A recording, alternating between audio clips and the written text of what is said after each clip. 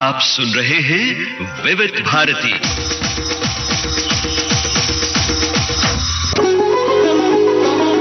विविधा विविध भारती के विविध रंगी कार्यक्रमों की विविधा।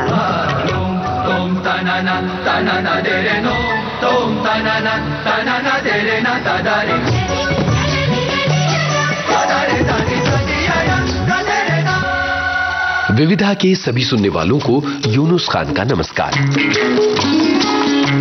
हमेशा से ये कहा जाता रहा है कि साहित्य समाज का दर्पण होता है।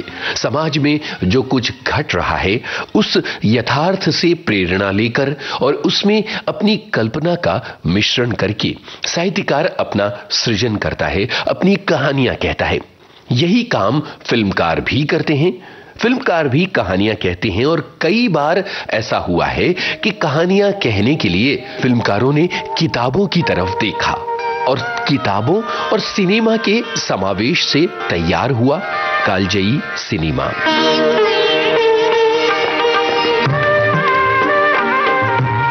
कई ऐसी फिल्में हैं जो पुस्तकों पर केंद्रित रही हैं। विविधा की शुरुआत में आज हम ऐसी कुछ फिल्मों की चर्चा कर रहे हैं और आगे चलकर एक बेमिसाल फिल्म की बातें आपको सुनवाई जाएंगी।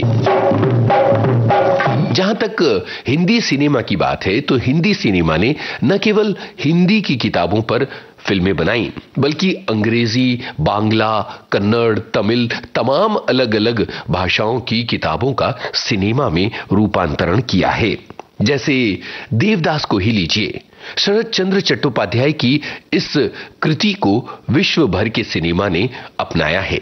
हिंदी में भी देवदास कितनी बार तो बन गई। सबसे पहले 1935 में प्रथमेश चंद्र बरुआ ने बनाई, सन 1955 में बिमल रॉय ने बनाई और उसके बाद संजय लीला भंसाली ने भी बनाई।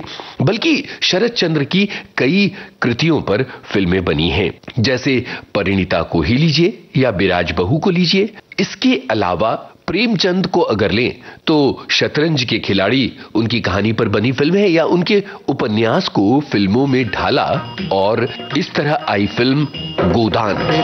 के पतवा सर के डोले मनवा की ही यारा में उठत हिलो, पुरुआ के झोंकवा में आयो रे संदेशवा की चल आज देशवा की ओ।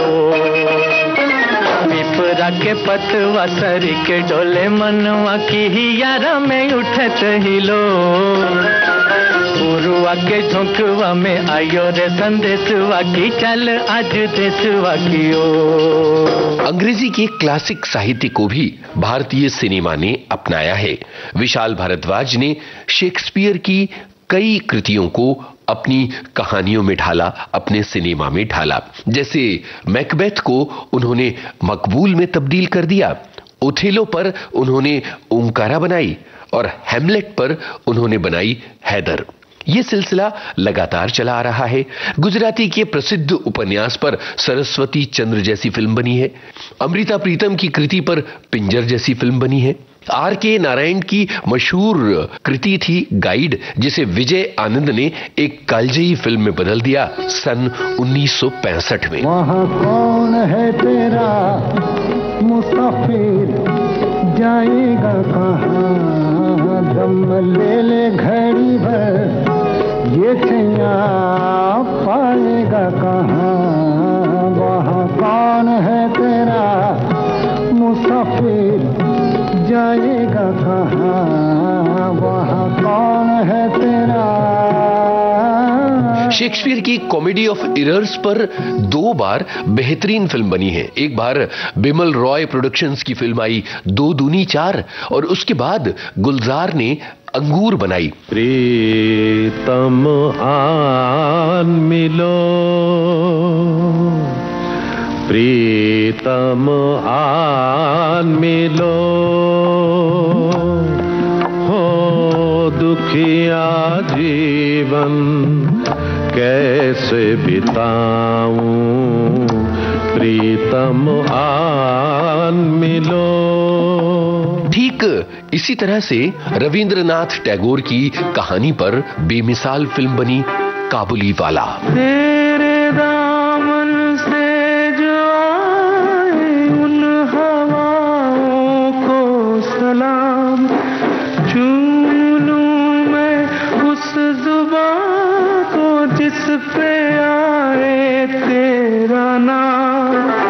सबसे प्यारी सुबह तेरी, सबसे रंगी तेरी शान, तुझ पे दिल कुर्बान, तू ही मेरी आरज़ू, तू ही मेरी आबरू, तू ही मेरी जान। किताबों पर आधारित फिल्मों का सिलसिला अभी हाल तक चला आया है। हरिंदर सिक्का का एक उपन्यास आया था साल 2008 में, जिसका नाम था कॉलिंग सहमत। इस किताब पर मेघना गुलजार ने फिल्म राजी बनाई। इस तरह की फिल्मों की लंबी फहरिस्त है, यानी सिनेमा और साहित्य का मिलन कुछ नया और अलबेला रचता है।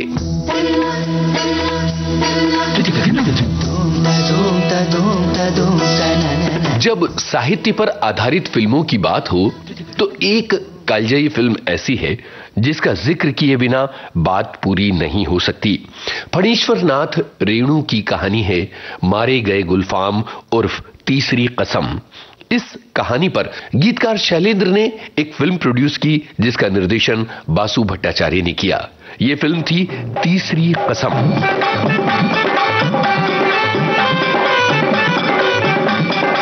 इसकी बातें आगे चलकर करेंगे। फिलहाल आपको यह बताना बहुत जरूरी है कि फणीश्वर नाथ रेणु का जन्म 4 मार्च 1921 को पूर्णिया के हिंगना हाट में हुआ था।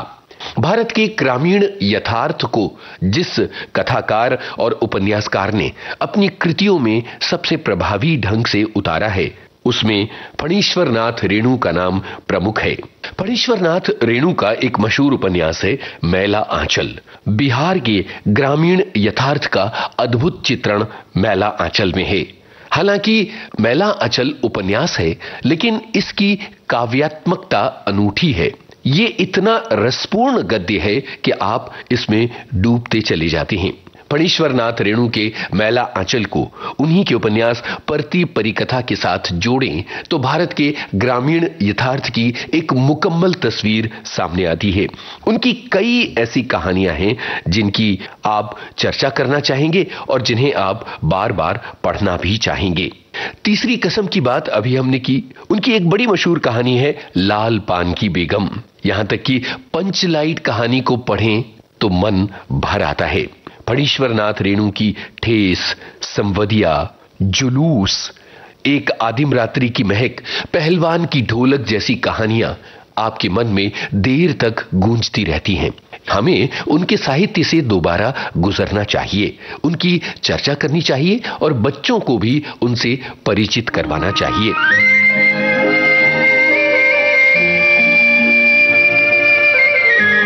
फणीश्वर नाथ रेणु को आज की विविधा में नमन करते हुए हम आपको सुनवा रहे हैं विविध भारती के संग्रहालय से निकाली एक अनमोल रिकॉर्डिंग। ये रिकॉर्डिंग है हमारे बेहद मशहूर कार्यक्रम बाइस्कोप की बातें की, और ये बातें केंद्रित हैं फिल्म तीसरी कसम पर। रिसर्च है संतोष साह का, प्रस्तुति लोकेंद्र शर्मा की। सुनिए।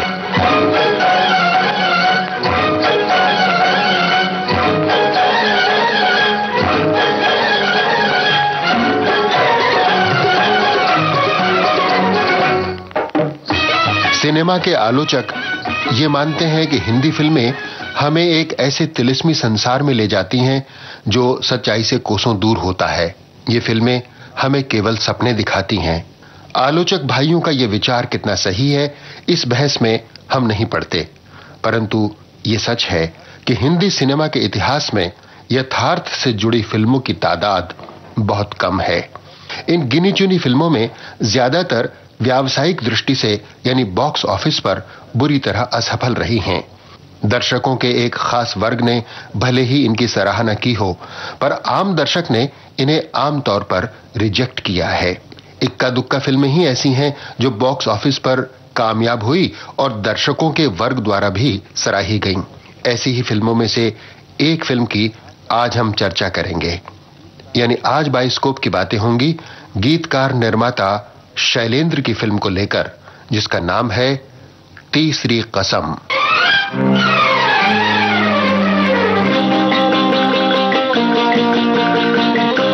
सजन रे झूठ मत बोलो, खुदा के पास जाना है। न हाथी है न घोड़ा है, वहाँ पैदल ही जाना है।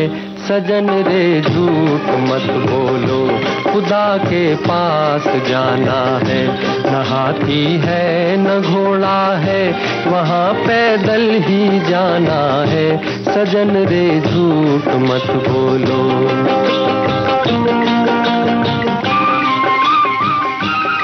फिल्म तीसरी कसम बॉक्स ऑफिस पर कामयाब तो हुई, लेकिन ये कामयाबी प्रसन्नता का विषय नहीं बन पाई, क्योंकि तीसरी कसम को दर्शकों तक पहुंचाने के कुछ दिनों बाद ही निर्माता शैलेंद्र स्वयं इस दुनिया को अलविदा कहकर खुदा के पास चले गए।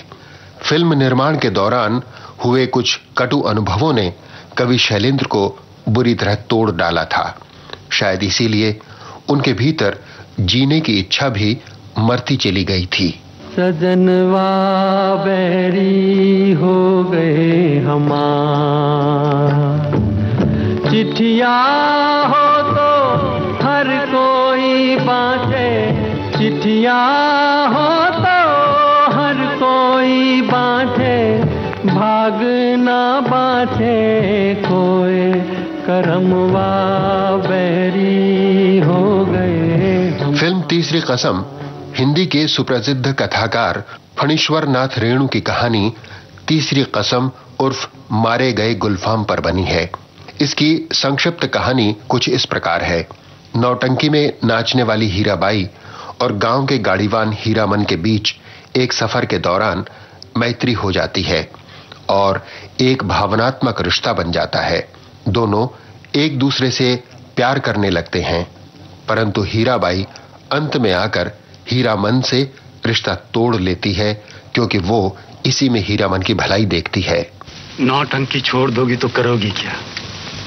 धंधे से मन हटाकर कहीं और लगाओगी तो पेट कैसे भरोगी बेटी? जिंदगी में पेट ही तो सब कुछ नहीं होता। अगर पेट सब कुछ नहीं होता तो प्यार भी सब कुछ नहीं होता। और फिर उस भोले भाले गाड़ीवान के साथ तुम्हारा यह मन का खेल अभी तो पर्दे के भीतर है। जब पर्दा उठेगा तब क्या होगा? क्या होगा? उसका सपना टूट जाएगा। नहीं नहीं, मैं उसका सपना कभी नहीं टूटने दूंगी।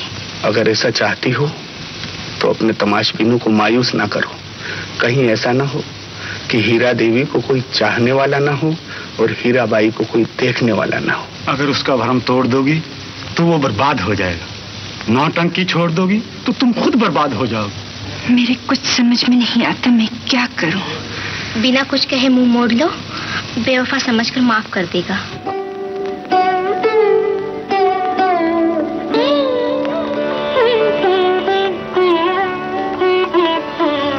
सन 1962 या 63 की बात है। रेणु की लंबी कहानी तीसरी कसम उर्फ मारे गए गुलफाम बांग्ला में अनुवाद करने के लिए बासु भट्टाचार्य को मिली। कहानी पढ़कर बासु भट्टाचार्य ऐसे अभिभूत हुए कि उन्होंने अनुवाद के तुरंत बाद इसकी पटकथा भी लिखनी शुरू कर दी। बासु भट्टाचार्य उन दिनों प्रसिद्ध निर्देशक बिमल रॉय के असिस्टेंट थे और निर्देशन का प्रशिक्षण पा रहे थे। रेणु की कहानी पढ़कर उन्होंने निश्चय कर लिया था कि जब भी वे स्वतंत्र निर्देशक के रूप में अपनी पहली फिल्म बनाएंगे, वो इसी कहानी पर बनाएंगे, तीसरी कसम।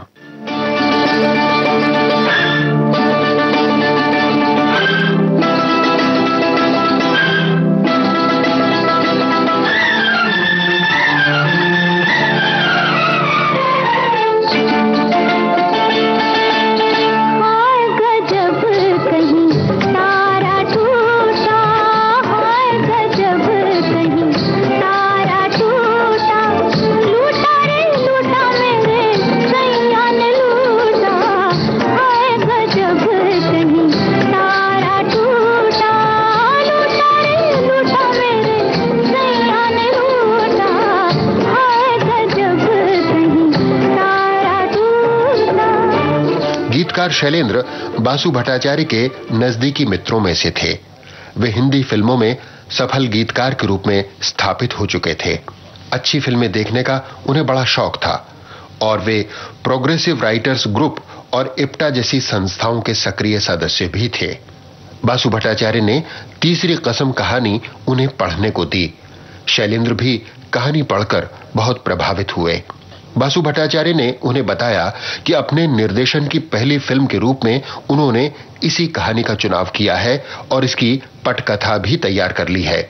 शैलेंद्र भी ये सुनकर उत्साहित हो उठे और उन्होंने तय किया कि ये फिल्म वे स्वयं प्रोड्यूस करेंगे।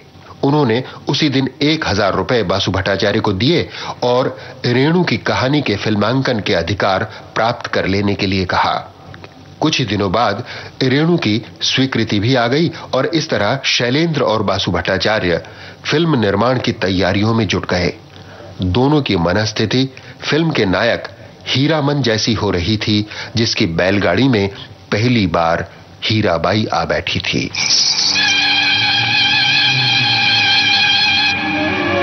रक्षा करो भोलेनाथ, रक्षा करो। कोसों तक फैला हुआ सुनसान मैदान, फिर रात का सफर, जाने कौन सवारी है। गाड़ी में रह रह के खुशबू आती है, पीठ में गुदगुदी भी होती है। सिर्फ पांव देखा था, सो भी जाने सीधा था या उल्टा था, कहीं जिन परहेत ना हो। 1.25 रुपए का प्रसाद चढ़ाऊंगा भोलेनाथ, इस दफा रक्षा कर लो, बचा लो मेरे भोलेनाथ, बचा लो।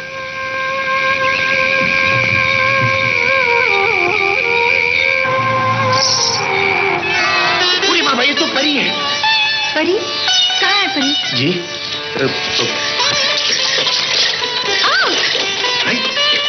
अरे क्या समझ रखा है?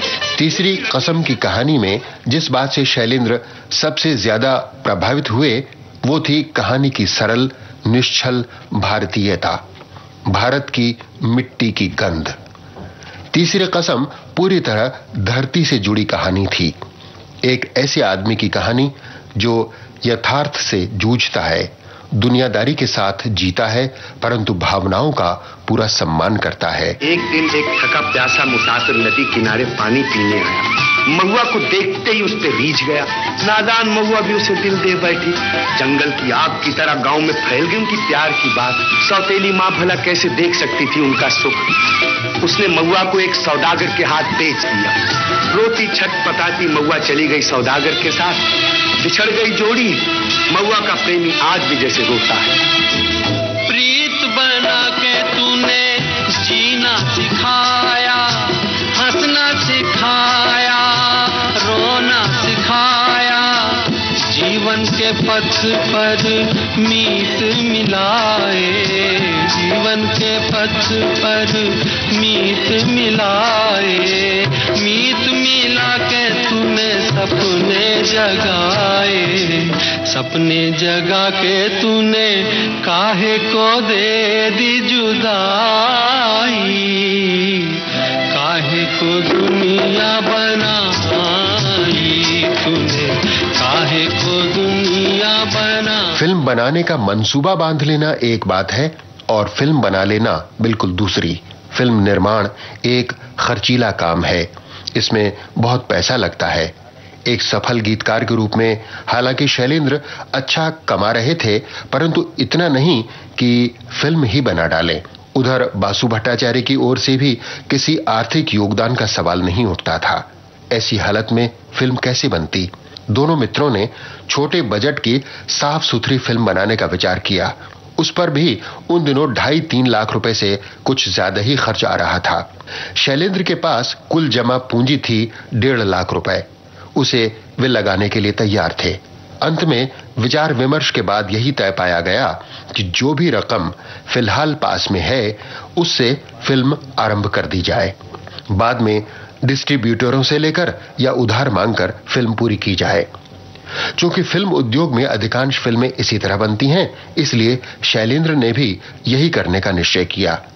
मगर शायद यहीं पर उन्होंने अपने जीवन की सबसे बड़ी भूल कर दी। मैं बांस नहीं लाऊंगा, मेरा हिसाब कर दीजिए।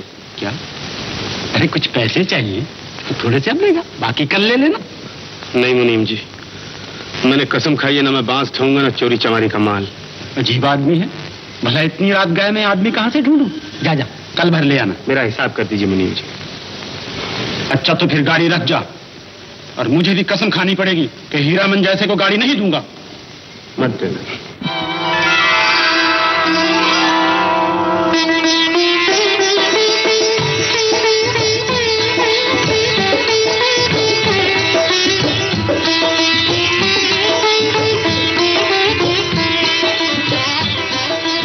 फिल्म की मुख्य भूमिकाओं में किसे लिया जाए, ये सवाल बहुत अहम था।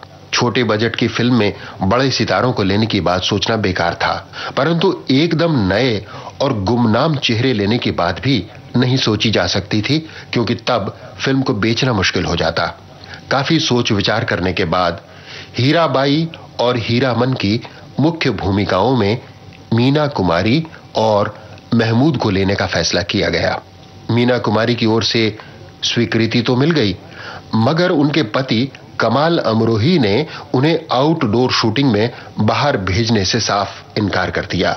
असल में उन दिनों आउटडोर शूटिंग के दौरान मीना कुमारी के साथ कुछ ऐसे प्रसंग हो गए थे जिनसे उनका दाम्पत्य जीवन संकट में घिरने लगा था।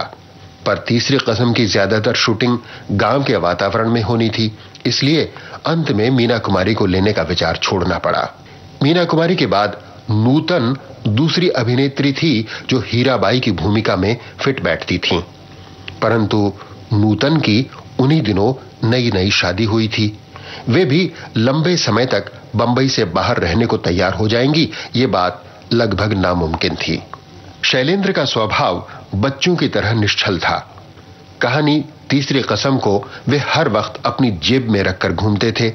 अपने दोस्तों को यह कहानी सुनाते और इस पर फिल्म बनाने का इरादा बताते हुए उनकी राय मांगा करते। इस बात की भनक राज कपूर के कानों में भी पड़ी। राज कपूर शैलेंद्र के मित्र थे। जब उन्होंने शैलेंद्र से पूछा तो शैलेंद्र ने तीसरी कसम की पूरी कहानी उन्हें सुना डाली। कहानी सुनकर राज कपूर के मुंह से बेसाख्ता निकल गया, हीरामन तो मैं हूं, मेरे सिवा हीरामन और कौन हो सकता है, ये रोल तो मैं ही करूंगा। शैलेंद्र राज कपूर के मुंह से यह बात सुनकर खुशी से उछल पड़े। राज कपूर जैसे बड़े स्टार का उनकी फिल्म में काम करने का प्रस्ताव करना एक बहुत बड़ी उपलब्धि थी।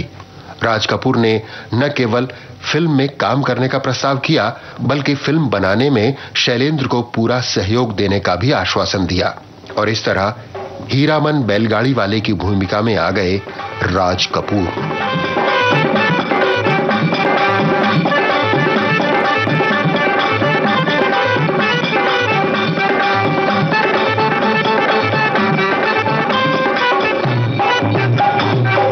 चलत मुसाफिर मोहलिया रे पिंजड़े वाली मुनिया, चलत मुसाफिर मोहलिया रे पिंजड़े वाली मुनिया, चलत मुसाफिर मोहलिया रे पिंजड़े वाली मुनिया, चलत मुसाफिर मोहलिया रे पिंजड़े वाली मुनिया।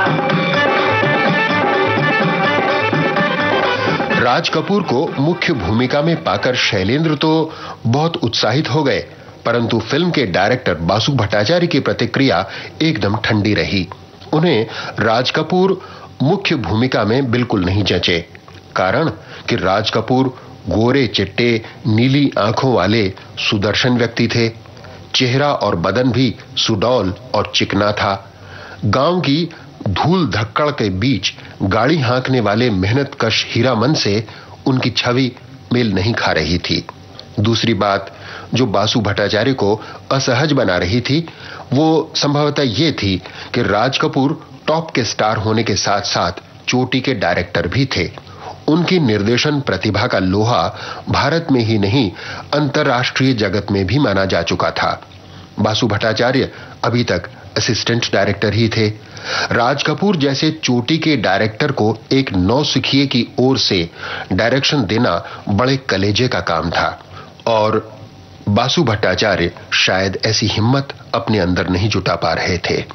तीसरी बात यह थी कि राज कपूर जैसे स्टार के आने पर फिल्म छोटे बजट की छोटी फिल्म नहीं रहनी थी, और बड़े बजट की फिल्म बनाना बड़े जोखिम का काम था। बासु भट्टाचार्य की आनाकानी से शैलेंद्र की स्थिति संकटपूर्ण हो गई। राज कपूर ने फिल्म करने का ही नहीं, इसे पूरा करने में सहयोग देने का वादा भी किया था। अब उन्हें कैसे बताते कि फिल्म के डायरेक्टर बासु भट्टाचार्य उन्हें मिसकास्ट मान रहे हैं। कुल मिलाकर खुद शैलेंद्र की स्थिति मारे गए गुलफाम वाली बन गई। मारे गए गुलफाम, अजी हाँ मारे गए गुलफाम,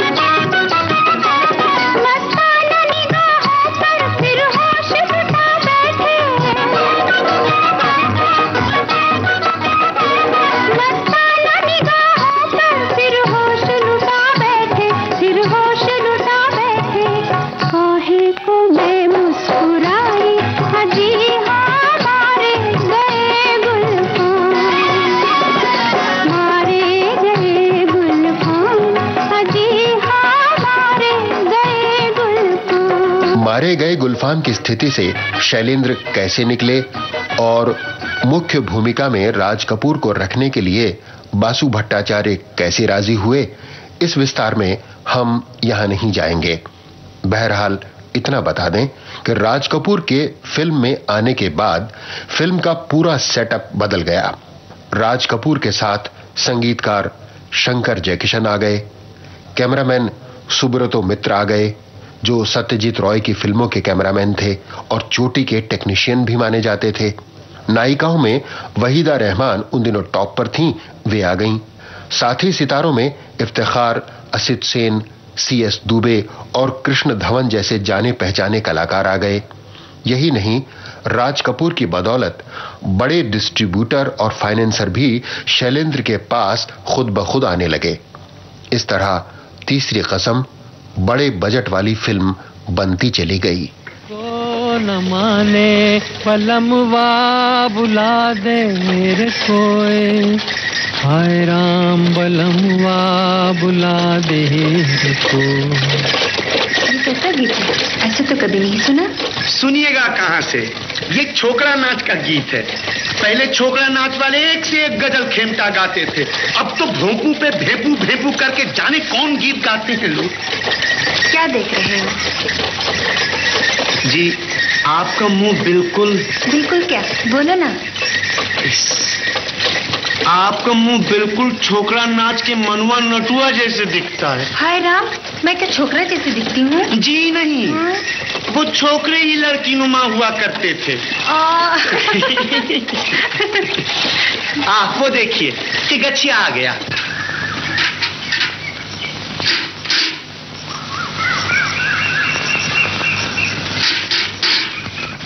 यही है कजरी नदी। मैं नहा लेती हूँ। हाँ, पर यहाँ नहीं। क्यों? ये महुआ घटवारन का घाट है, यहाँ कुंवारी लड़कियां नहीं नहाती। कुंवारी? डिस्ट्रीब्यूटरों और फाइनेंसरों की बदौलत धन की समस्या हल होने का भरोसा तो हुआ, मगर इतनी बड़ी स्टार कास्ट को लेकर ग्रामीण पृष्ठभूमि पर एक गाड़ीवान की कहानी पर फिल्म बनाना व्यावसायिक दृष्टि से फायदेमंद साबित होगा, इसका भरोसा अब नहीं रहा। राज कपूर बड़े स्टार ही नहीं, बड़े इंसान भी थे। वे शैलेंद्र के सच्चे मित्र और सच्चे शुभचिंतक थे।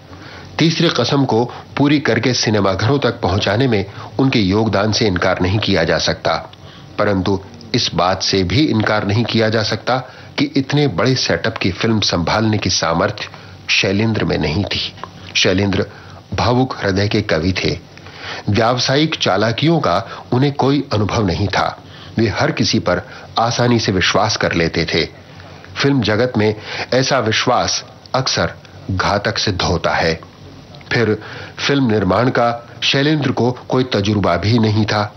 नतीजा यह हुआ कि थोड़े ही समय के बाद वे उलझने लगे। इन उलझनों का असर उनके लेखन पर भी पड़ा और लेखन से होने वाली आय पर भी पड़ा। वे निरंतर कर्ज में डूबते गए, बुरी तरह परेशान और त्रस्त रहने लगे और इस तरह शैलेंद्र अपनी मुसीबतों से घबराकर शराब में डूबने लगे। दुनिया बनाने वाले क्या तेरे मन में समाई, काहे को दुनिया बनाई तूने, काहे को दुनिया बनाई। दुनिया बनाने वाले क्या तेरे मन में समाई, काहे को दुनिया बनाई तूने, काहे को दुनिया बनाई।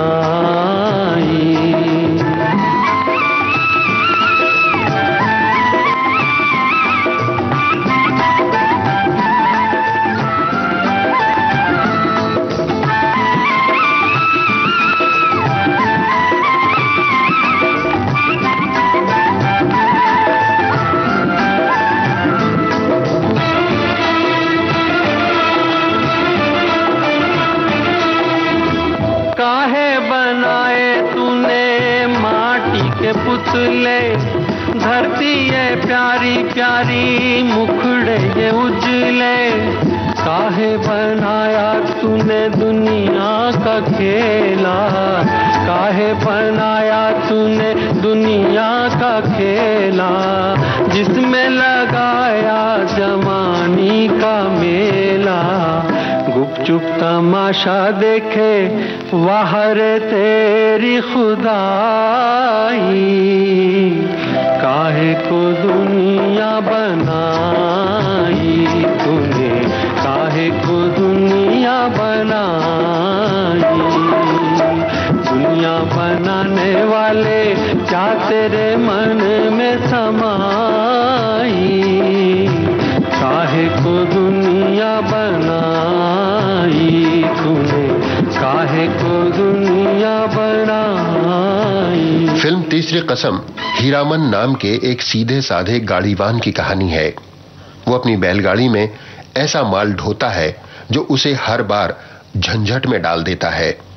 हर बार वो मुसीबत से छूटने पर कसम खाता है कि आगे से फिर कभी ऐसा काम नहीं करेगा, मगर हर बार एक नई मुसीबत में फंस जाता है। अरे भाई, ये गाड़ी किसकी है? ए गाड़ीवान, ये तुम्हारी गाड़ी है? क्यों? गढ़बनेली के मेले जाना। गढ़बनेली? अरे वो तो 20 कोस दूर है, 30 रुपया लेंगे। हाँ भाई, दे देंगे। ये 5 रुपए तो तुम बयाने के ले और बाकी मेला पे पहुंचने पे दे दूंगा। मैं रेलगाड़ी से जा रहा हूँ। अरे सुनो, हाँ, कोई चोरी चपाटी का माल है क्या? अरे नहीं भाई। और बांस? हमको 100 रुपया भी देंगे आपको, हम बांस का लदनी नहीं लेगा। अरे अंधा हो गया है क्या? बांस गठरी में बांध के ले जाते हैं। सवारी है, सवारी, जनाना। हाँ, दादा। ये सवारी थी नौटंकी में नाचने वाली हीराबाई। रूप ऐसा जैसे कोई परी, आवाज ऐसी जैसे कोयल की कूक। यात्रा के दौरान हीराबाई से बात करते हुए हीरामन को नशा सा होने लगा। भैया, तुम्हारा नाम क्या है? मेरा नाम हीरामन है जी, हीरामन। ओह, तब तो मैं भैया नहीं, नीता कहूंगी। जी? मेरा नाम भी हीरा है ना, जब एक ही नाम होता है तो नीता कहते हैं। औरत और मर्द के नाम में बहुत फर्क होता है। कहाँ है फर्क? मैं भी हीरा, तुम भी हीरा।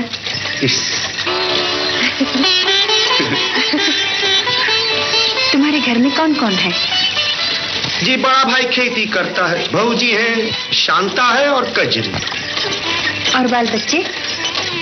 शांता है ना, और कजरी के 2 बच्चे। दोनों लड़के हैं? कौन लड़के? तुम्हारे। कजरी तुम्हारी बहू है ना? क्यों? क्या हुआ?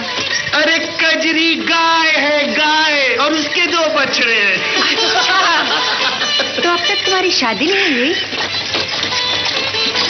हुई थी, लेकिन गौने से पहले ही दुल्हन चल बसी। कितना अरसा हुआ? बहुत, 15-20 बरस हो गया। अच्छा, फिर शादी नहीं की? कहाँ हुई फिर शादी? बहूजी की जिद, कुंवारी लड़की से ही शादी कराई। ठीक ही तो है। अजी क्या ठीक है? कुंवारी नहीं समझी, 7-8 बरस की लड़की। हाय राम, जेलना होगा। शारदा कानून जो है। हाँ, कौन मानता है सरदा कानून? फिर भाभी राय क्यों नहीं बदल देती? भौजी सब करके बैठी हैं, सो बैठी। हमने भी तय कर लिया, शादी नहीं करेंगे। सो क्यों? अरे कौन बलाए मोल लेने जाए, और फिर शादी करके गाड़ी वानी क्या करेगा कोई? दुनिया में सब छूट जाए, हम गाड़ी वानी नहीं छोड़ सकते। हाँ? बीड़ी पिए, गंध तो नहीं लगेगी? नहीं, पियो। अच्छा बताइए, आपका घर कौन जिला में पड़ता है? कानपुर। क्यों, क्या बात है? मारे कानपुर, तब तो नागपुर भी होगा। हाँ, नागपुर भी है। क्या रे जमाना, क्या नाम बनाए, कानपुर, नागपुर। अच्छा, आपके घर में कौन कौन है? सारी दुनिया। जी? सारी दुनिया। ये बात और है, जिसकी सारी दुनिया होती है उसका कोई नहीं होता।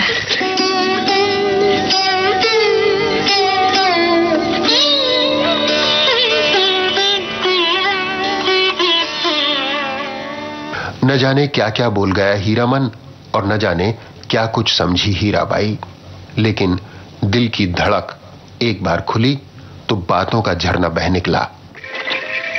तुम तो उस्ताद हो मीता। इस क्या कहती हैं आप? मैं सच कहती हूँ, तुम तो मेरे गुरु हो। हमारे धर्मशास्त्र में लिखा है कि एक अक्षर सिखाने वाला गुरु और एक राग सिखाने वाला। आप शास्त्र पुराण भी जानती हैं? मैंने क्या सिखाया है आपको? क्यों नहीं सिखाया ये गीत? प्रीत बना के तूने जीना सिखाया, हंसना सिखाया, रोना सिखाया, जीवन के पथ पर मीत मिलाए, जीवन के पथ पर मीत मिलाए, मीत मिला के तूने सपने जगाए, सपने जगा के तूने काहे को दे दी जुदाई, काहे को दुनिया बनाई तूने, काहे को दुनिया बनाई। महुआ घटवारन के रूप की तो कहानी ही सुनी थी। आज महुआ से भी सुंदर हीराबाई हीरामन की गाड़ी में बैठी थी, रूप और यौवन की अनमोल संपदा लेकर, जैसे डोली में बैठी हुई कोई दुल्हनिया। लाली लाली डोलिया में लाली रे दुल्हनिया, पिया की पियारी भोली भाली रे दुल्हनिया, लाली लाली डोलिया में लाली रे दुल्हनिया, मीठे बहन तीखे नैनो वाली रे दुल्हनिया, लाली लाली डोलिया में लाली रे दुल्हनिया, पिया की पियारी भोली भाली रे दुल्हनिया।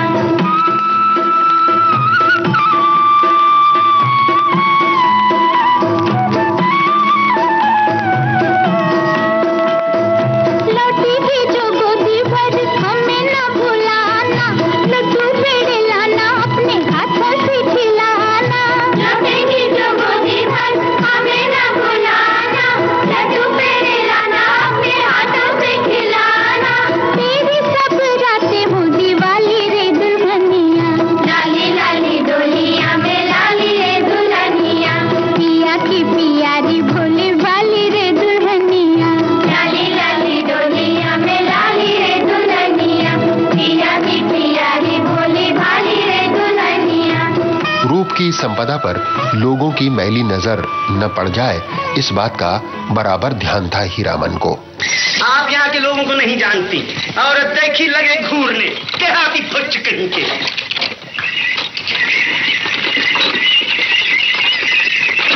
लेकर क्या हाल है भाई? अरे हमको क्या मालूम है कि हम तो बिदाजी ले जा रहे हैं। कौन गाँव? छत्तापुर पचीरा। छत्तापुर पचीरा कहाँ है? अरे होगा तुमसे क्या मतलब?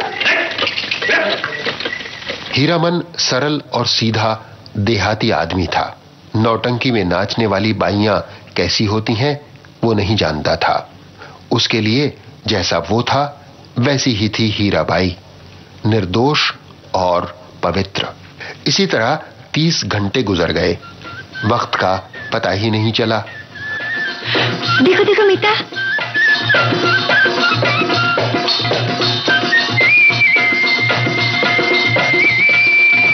मेले की आतिशबाजी है। मेला आ गया क्या? जी। इतनी जल्दी मालूम ही नहीं पड़ा। जल्दी कहाँ, पूरे 30 घंटे लगे हैं। 30 घंटे गुजर गए? जी।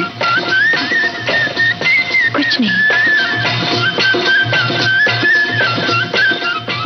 नौटंकी पहुंचकर हीराबाई ने हीरामन और उसके दोस्तों के लिए मुफ्त पास बनवा दिए नाच गाना देखने के लिए।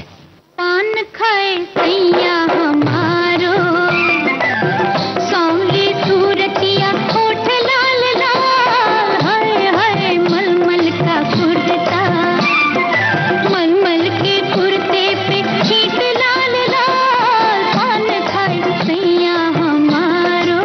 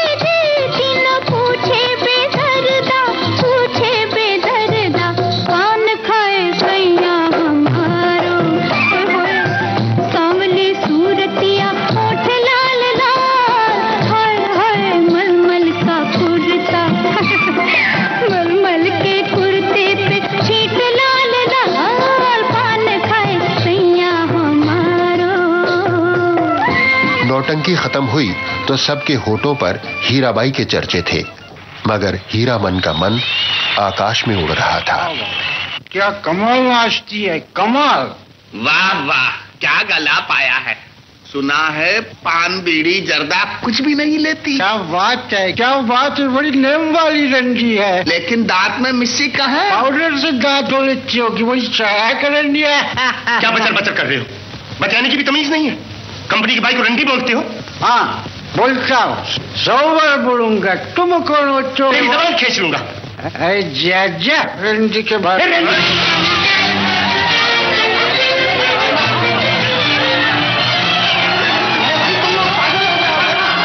हीराबाई की इज्जत पर कीचड़ उछालने वाले को हीरामन कैसे छोड़ता।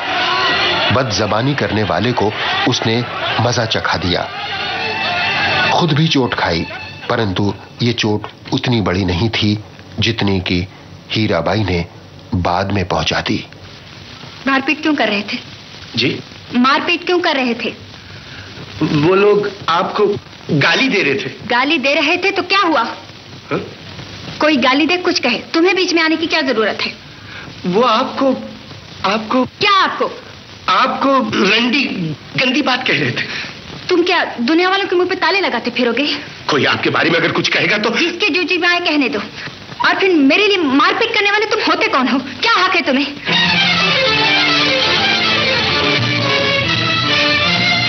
जिस हीराबाई की खातिर दोस्तों को दुश्मन बनाया, वही अब आंखें दिखा रही थी। सचमुच हीरामन जैसे आदमी को किसी से दिल नहीं लगाना चाहिए।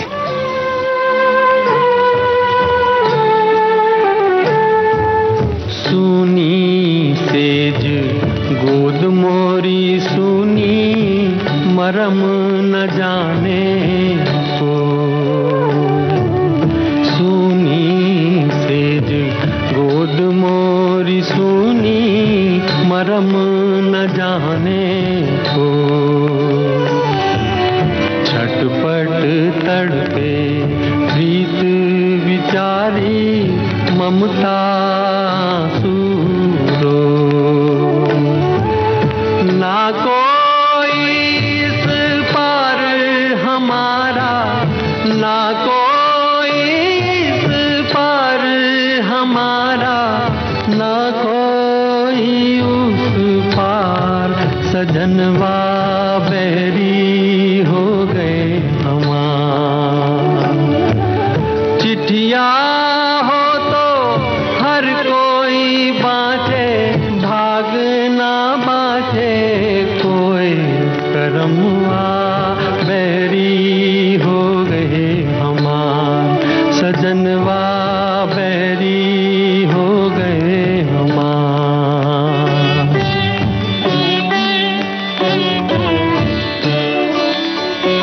उधर हीराबाई का गुस्सा भी ज्यादा देर नहीं ठहर सका। मन डगमग करने लगा तो हर कार्य को दौड़ाकर हीरामन को बुलवा भेजा। हीरामन आया 2 टूक बात करने के लिए। आप ये काम छोड़ दीजिए, ये नौटंकी का काम। क्यों, क्या हुआ? तुम्हें नौटंकी अच्छी नहीं लगती? मेरी बात नहीं है, लोग आपको बुरा समझते हैं। तो क्या हुआ, मैं बुरी बन तो नहीं गई? फिर भी लोग तरह तरह की बातें करते हैं। ना समझना बनो हीरामन, मैंने तुम्हें उस दिन बताया था ना, नौटंकी में काम नहीं करूंगी तो खाऊंगी क्या? क्यों? आप सर्कस कंपनी में काम कीजिए। हाँ जी, वहाँ आपको कोई बुरा नहीं कहेगा। वहाँ बाघ को ना चाहिएगा। क्या बाघ? जी हाँ, बाघ के पास आने की हिम्मत किसको होगी? मैं बाघ न चाहूंगी? जी। मुझे बाघ खा जाएगा हीरामन। गुस्सा मत करो हीरामन, ये बात नामुमकिन है। तुम समझते क्यों नहीं? नशा जो हो गया। नशा? हाँ मीता, जैसे तुम्हें बैलगाड़ी चलाने का नशा है, वैसे मुझे लैला और गुलबदन करने का नशा है। देश देश घूमना, सज धज के रोशनी में नाचना गाना, जीने के लिए सिवा इस नशे के और है ही क्या मेरे पास? नशे की बात हीरामन नहीं समझा। समझता भी कैसे? शोहरत और वाहवाही का नशा वही जानता है जो इसे चख चुका हो।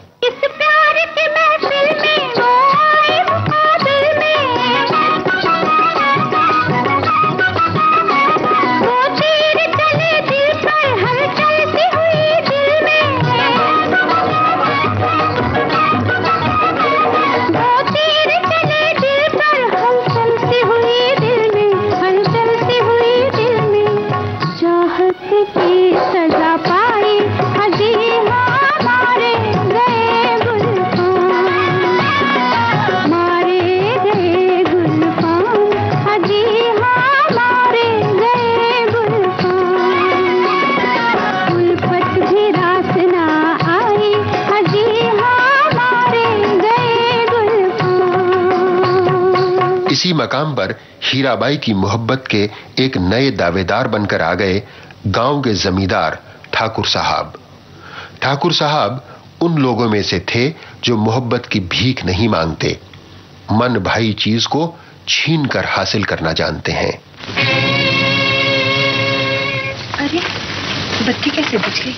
हमने बुझा दी। सोचा उजाले में तो तुमने हमें पहचाना नहीं, अंधेरे में ही मुलाकात कर देगी। जमींदार साहब, आप जो चाहते हैं कभी नहीं होगा। मेहरबानी करके यहाँ से चले जाइए। मेहरबानी करने के काबिल रखा ही कहाँ है तुमने? 2 टके की छोकरी, एक मामूली गाड़ीवान के लिए तू ठाकुर विक्रम सिंह की बेइज्जती कर रही है। याद रख, अगर तू मुझे नहीं मिली तो हीरामन की लाश भी किसी को नहीं मिलेगी। कोई नहीं आएगा, अब तुम्हें बचाने कोई नहीं आएगा।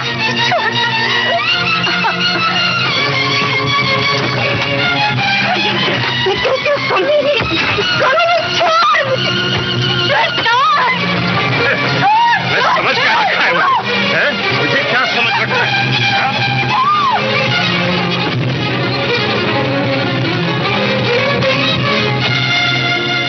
ठाकुर साहब की वहशियत ने हीराबाई को बहुत कुछ समझा दिया।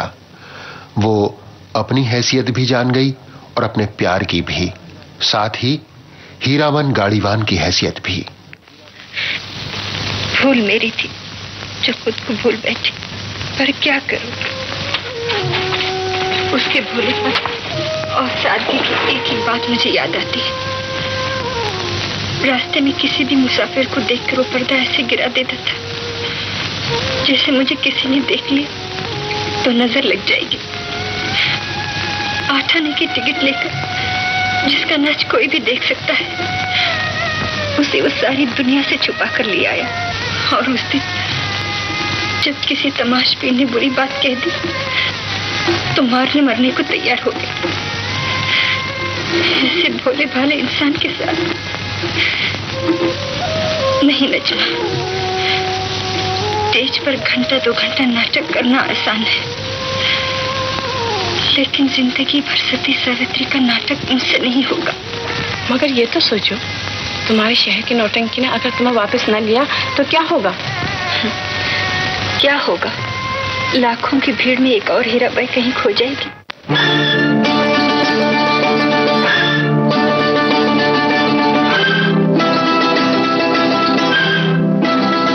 हीराबाई ने फैसला कर लिया, हीरामन की दुनिया से वो दूर चली जाएगी, प्यार को कुर्बान कर देगी।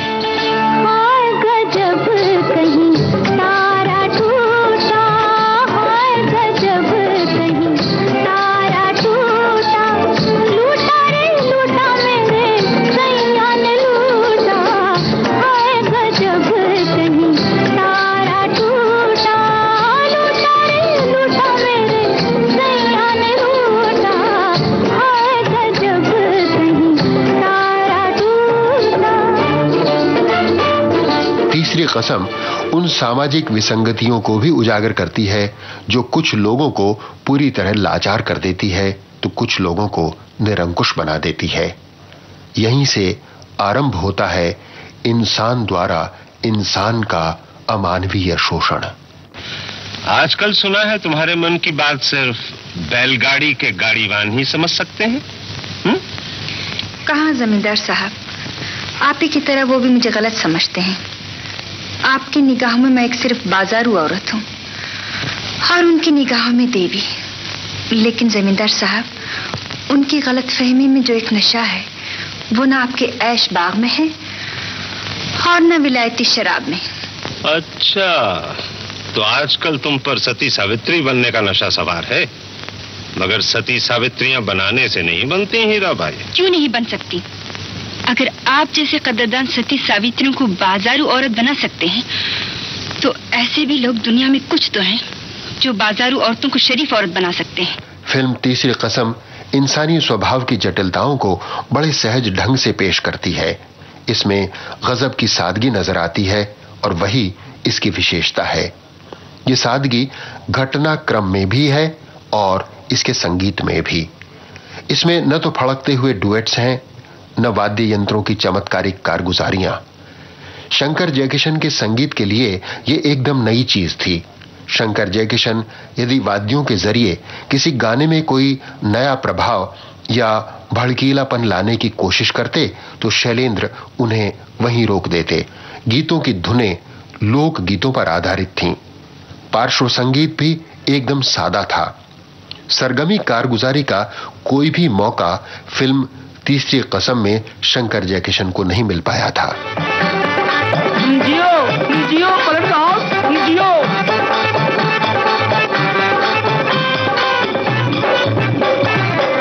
उड़ उड़ बैठी पनवड़िया दो कन्या, उड़ बैठी पनवड़िया दो कन्या, रामा उड़ उड़ बैठी पनवड़िया दो कन्या। अरे बीड़ा के सब रस ले लिया रे पिंजड़े वाली मुनिया, बीड़ा के सब रस ले लिया रे पिंजड़े वाली मुनिया, बीड़ा के सब रस ले लिया रे पिंजड़े वाली मुनिया। चलत मुसाफिर मोह लिया रे पिंजड़े वाली मुनिया, चलत मुसाफिर मोह लिया रे पिंजड़े वाली मुनिया, चलत मुसाफिर मोह लिया रे पिंजड़े वाली मुनिया। तीसरी कसम का संगीत अपने दौर के फिल्म संगीत से अलग था। ये फिल्म भी अपने दौर की सभी फिल्मों से अलग थी। तीसरी कसम बहुत कामयाब फिल्म भले ही न रही हो, मगर ये नाकामयाब रही हो ऐसा भी नहीं। जिसने भी इसे देखा उसने तहे दिल से फिल्म तीसरी कसम की सराहना की। सबसे बड़ी बात ये कि इस फिल्म ने यह साबित कर दिया कि हिंदी में भी यथार्थ से जुड़ी सार्थक फिल्में बन सकती हैं और चल भी सकती हैं।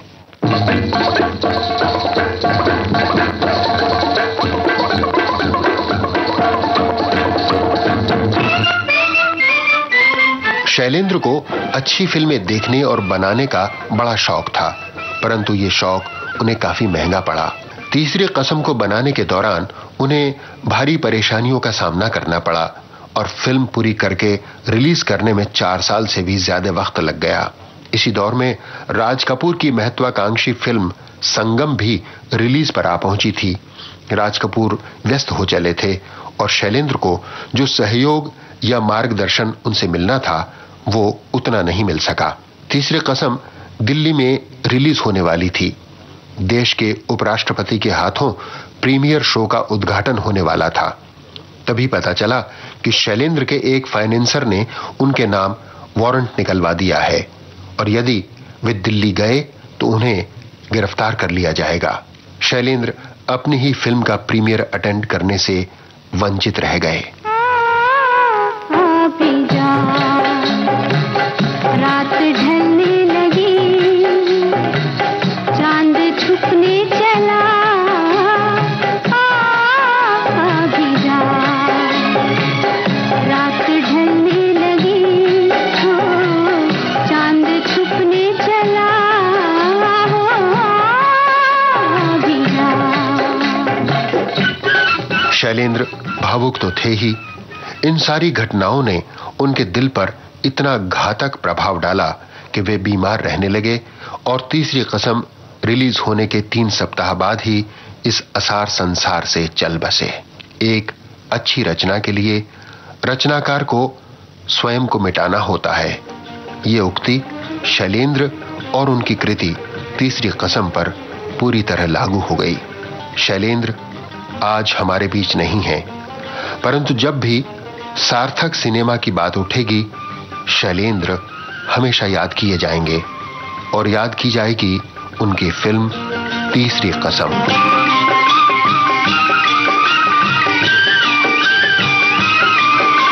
आज के विविधा कार्यक्रम में हमने साहित्यिक कृतियों पर बनी फिल्मों की बातें की और हमने नमन किया हिंदी के प्रसिद्ध रचनाकार फणीश्वर नाथ रेणु को। विविधा कार्यक्रम से अब हम इजाजत लेते हैं। प्रस्तुति सहयोग आकांक्षा सिंह, प्रस्तुतकर्ता हर्षवर्धन कवई। दीजिए इजाजत यूनुस खान को। नमस्कार। ये थी विविध भारती के विविध रंगी कार्यक्रमों की विविधा।